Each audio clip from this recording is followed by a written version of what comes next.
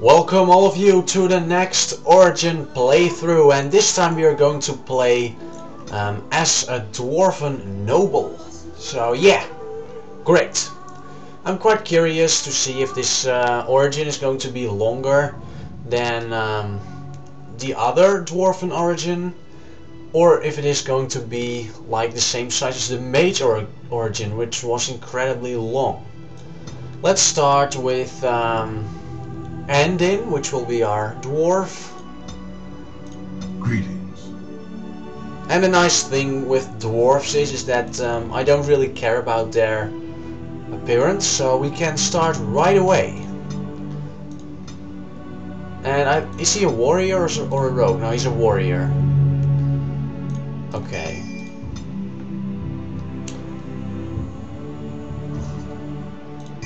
Powerful and yeah, precise striking. Okay, normal difficulty. I'm up for this. After this, only one more origin to go. I plan on doing a city elf, a male. But I had a request to do a female instead because the story would be nicer. So if you want to see that, please leave a comment, and otherwise I'll do a male. Deep beneath the Frostback Mountains sits Orzammar, the larger of two known remaining Dwarven cities in the world. Orzammar was once the seat of a major empire connected by tunnels called Deep Roads, which stretched thousands of miles. The city now stands alone, cut off from the rest of the Dwarven ancestral lands by the Darkspawn incursion. Secure in Orzammar's impregnable construction, the Dwarven noble houses continue their centuries-old power struggles. Assassination and blackmail are commonplace, but the appearance of honor is paramount. You are the second child of King Aendin of House Aendin, the 9th Aendin ruler elected by the Noble Assembly. You grew up in a world rife with political intrigue and have struggled against brothers and cousins for honor and prestige. Today, a feast celebrates your first military commission, the opening move towards real power in the ever-changing game of Dwarven politics. Greetings, my lord. You are dressed and ready. Excellent. I couldn't find the armor's matching dagger, but I scrounged up a rather fancy longsword.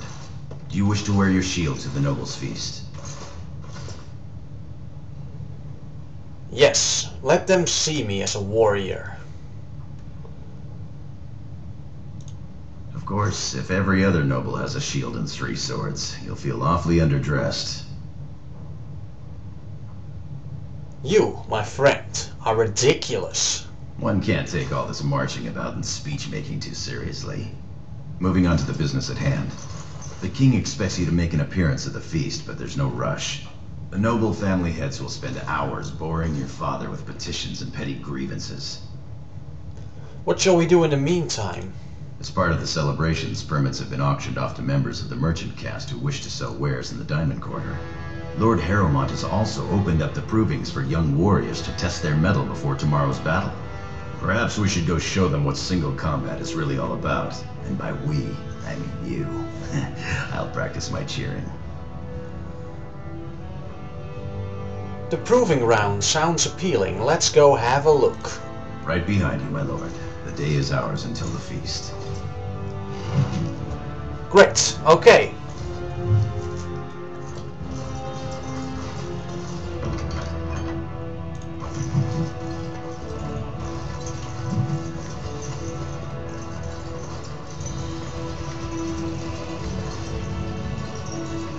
And I really like the music here. I think it's excellent.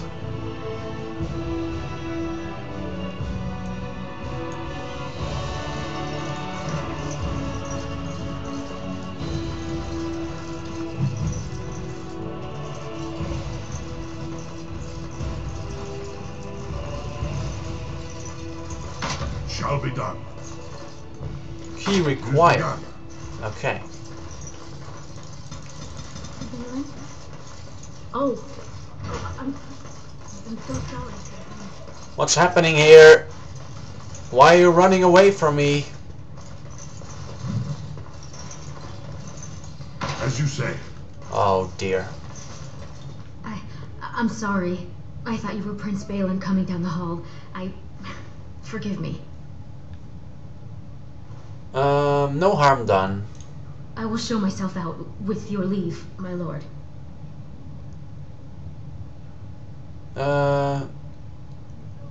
Yes, you may go. Thank you. I will go now. Okay.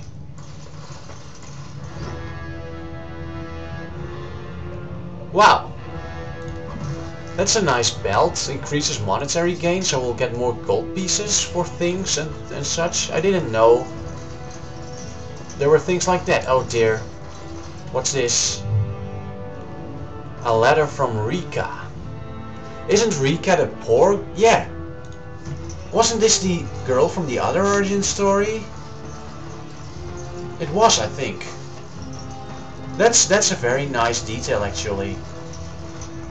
I wasn't paying enough attention to notice it, but I guess it's her. I am at your service. That's locked. Good day, Lord Aendin.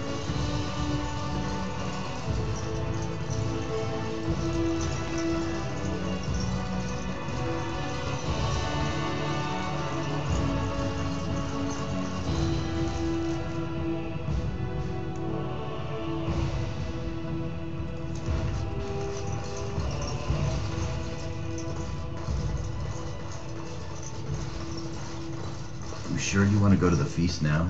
I doubt we can escape to see the provings once we're inside. You're right. Let's go see the provings first. I can't wait to see who's fighting today.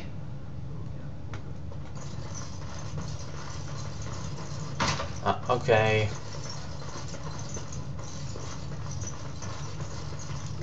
Let's go to the provings and see what we can do there.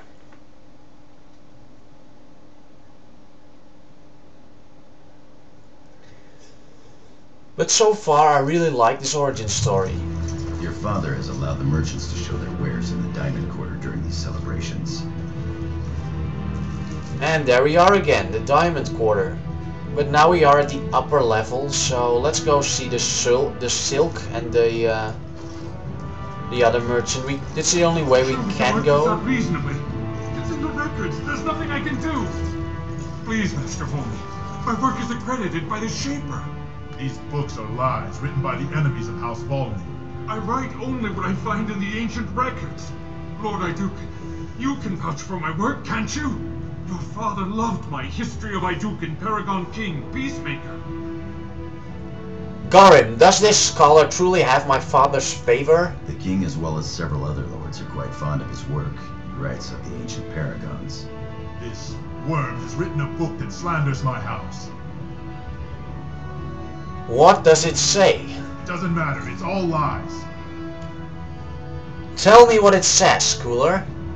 No, what exactly has he written, Brunson? He says that Volney, the paragon who founded my house, known throughout the world as the greatest of men, was a fraud. Not precisely.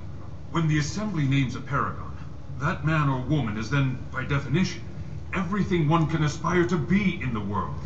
They form their own noble houses and are revered as living ancestors. But paragons start off as men. Volney was more than a man. What was Aendin like before he was a paragon? Aendin was much loved, but he was still a man. He was plagued by melancholy, and his fervor regarding Orzamar's safety bordered on obsession. When Aendin was proposed as a paragon, only one lord in the assembly objected. The others savagely hacked him to death. Aendin's motion passed without a single dissenting vote. Unlike Volney, is that what you mean, old man? Volney became a paragon by the narrowest